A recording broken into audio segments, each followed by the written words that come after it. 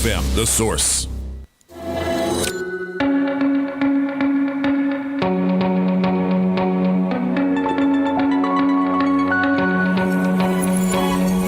All right, 4 minutes after 11 o'clock. Thank you for tuning in every morning, every weekday morning anyway. You and I, Robin, will read the news without offering commentary, without trying to be silly and entertaining. We just read the news. We keep it short, and by doing that, we get stories from all over the world, from local newspapers as well as any newspapers. And it's something we've been doing for a long time. Now, I'm not trying to promote a show segment, but I want to tell you something. I have had more than a dozen probably letters from people who are visually impaired, people who are blind, and they will say that they tune into that, not that they don't enjoy us, I guess, when we're just being silly or light, whatever, but they have no way to read local newspapers because while books are on tape, etc., the local newspapers are not. For the most part. And I guess when the computer, I know this is getting better, that computers are starting to be able to read newspapers better than they used to be able to. But anyway, so they listen to us because we read the news. Marty Schultz is on the phone. He's the founder of Blindfold Games. It's an app development company that builds accessible games for the visually impaired. And he's on the phone to talk to us about this. So I'm looking forward to hearing about it. Good morning, Marty. Good morning, and thanks for inviting me to your show. Oh, where are you? Where are you located? I live down in Miami Beach. Oh, okay, yeah. So we have this listenership during one part of our day, and maybe more than one, but hopefully more than one. But there's a specific reason they tune in, because the information they're getting isn't available to them simply because they can't see. Well, a lot of blind people will use the ability of the iPhone or the Android or other types of computers to read to them, but finding a source of local news is always hard. National papers and things like that are there, but to use some of these concepts like voiceover, in other words, reading to you, is few and far between for a lot of publications. And are they developed to the point where they sound natural and they actually read things correctly? I remember one app we had that, I don't know if you call it an app actually, but some kind of a thing that would read, for example, our name, WOCA, and it would never say it that way. It would always say Walker. Yes. It would never, it would never say the call letters correctly. So. Right. It's similar to using Google Maps and having it talk to you.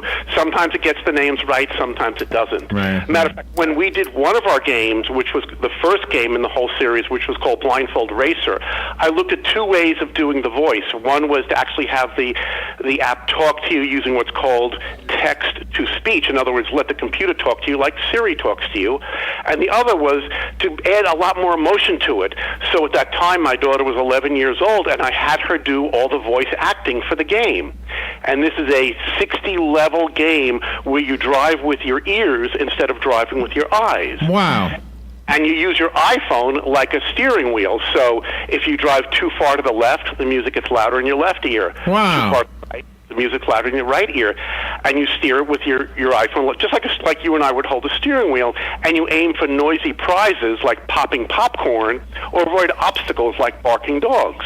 Oh my gosh, that is cool. I love that.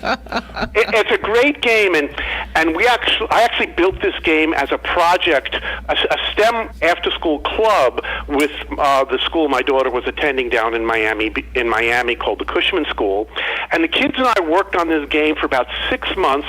The kids would kind of design what the level would be like, and then I would do the programming because I've been a software engineer for most of my life, and so I have a number of companies. And then after about 6 months or so, we said, well, let's test this with some blind people, because at that point, none of us had ever met anyone who was visually impaired.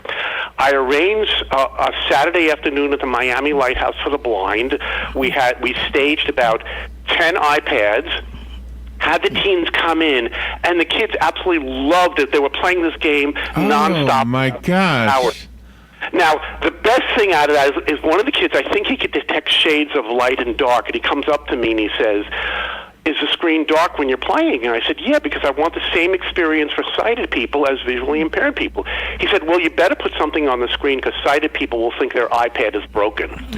And And he was actually one of the kids who came up with the name Blindfold Racer. So we made these changes, and I added more and more improvements to the game over the summer, continuing to test with kids anywhere from like 8 to 18 years old, and I tested with a number of adults. I actually went to the VA Med Center in Miami, and it had some really crusty admirals actually play the game. First time they had cracked a smile you could see in years, and they loved awesome. Wow. Then I tested over at the Broward Center for the Broward Lighthouse for the Blind, and one of the girls, I think she was blind since birth, she comes up to me afterwards and she says, "I'm going to so beat my sighted friends at this game." Oh my gosh, that is such a great idea. So are there any other games besides racing? Oh, about 80 of them. 80? Once I put the game into the iTunes App Store, it jumped to the top of the list of games that were accessible. This was back in 2014 and 15. I started hearing from visually impaired people all over the world. I happened to be going back to Boston on one of my business trips, and I had heard from somebody who worked at the Carroll Center for the Blind. He said, "Can you stop by my house when you're in Boston the next time?" I get there. I arrived there, so there are 4 visually impaired people who had been up all night playing Blindfold Racer with their guide dogs, and I was playing with the dogs while they were telling me what makes a great game. And at that meeting, one of the people asked me to do a Sudoku game, like the real 9x9 Sudoku, and they can it's in their head. So I did that game. I have trouble with that game. Me too. In their head. I had somebody else that just got back from a trip to Las Vegas where she was playing blackjack with a sighted friend of hers, and she said, "Can you do a blackjack game?" I said, "Yeah, I did that." Someone else asked for like a solitaire game, and then I started doing since I was trying to be retired, but that never works out for me. every 3 to 4 weeks, I would publish another game. So I've done dozens of card games and board games and sports. I've done basketball and air hockey and baseball. I've done game show games and on and on and on. I mean, I even did a version. If you remember when Flappy Bird was really popular, like 2 years ago.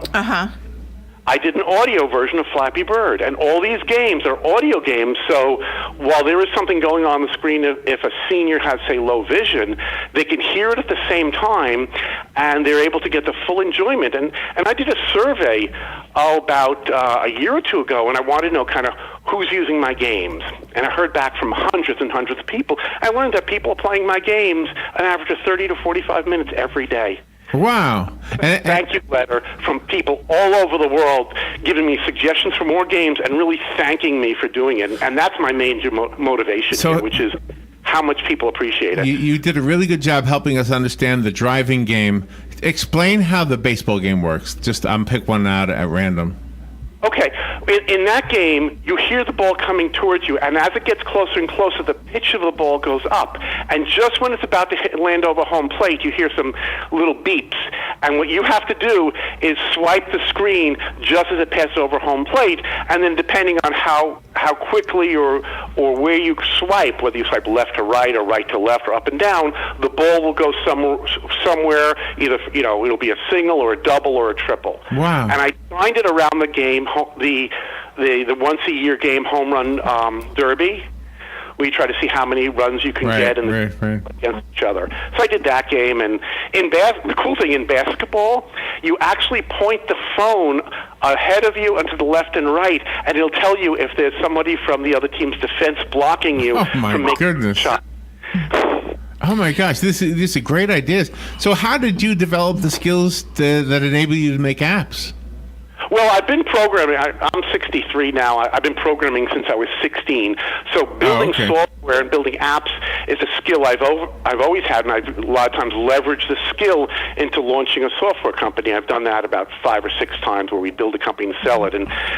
And after I sold my last company, I decided, well, what can I do that's interesting? And we ended up going down this path. Oh my gosh! What a great thing you've done. I know we're almost out of time. I want to make sure that our listeners can get the games. You said on the Apple Store. On the App Store, they can either visit blindfoldgames.org, where we have a direct link to all the games, or they can simply search for Blindfold Games, or they can follow me on like Twitter. At the name is @Blindfold Games. Okay.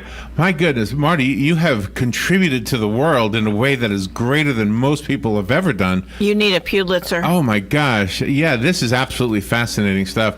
I really thank you on behalf of the visually impaired community. I'm sure they're going to love this. Robin and I used to volunteer at the local Florida Center for the Blind. And I just from that experience alone, I know that they will appreciate this. Thank you for your work. You're a genius. Thank you, Marty. I appreciate the time to spread the word. You're welcome. Thank you. All right, we'll be right back.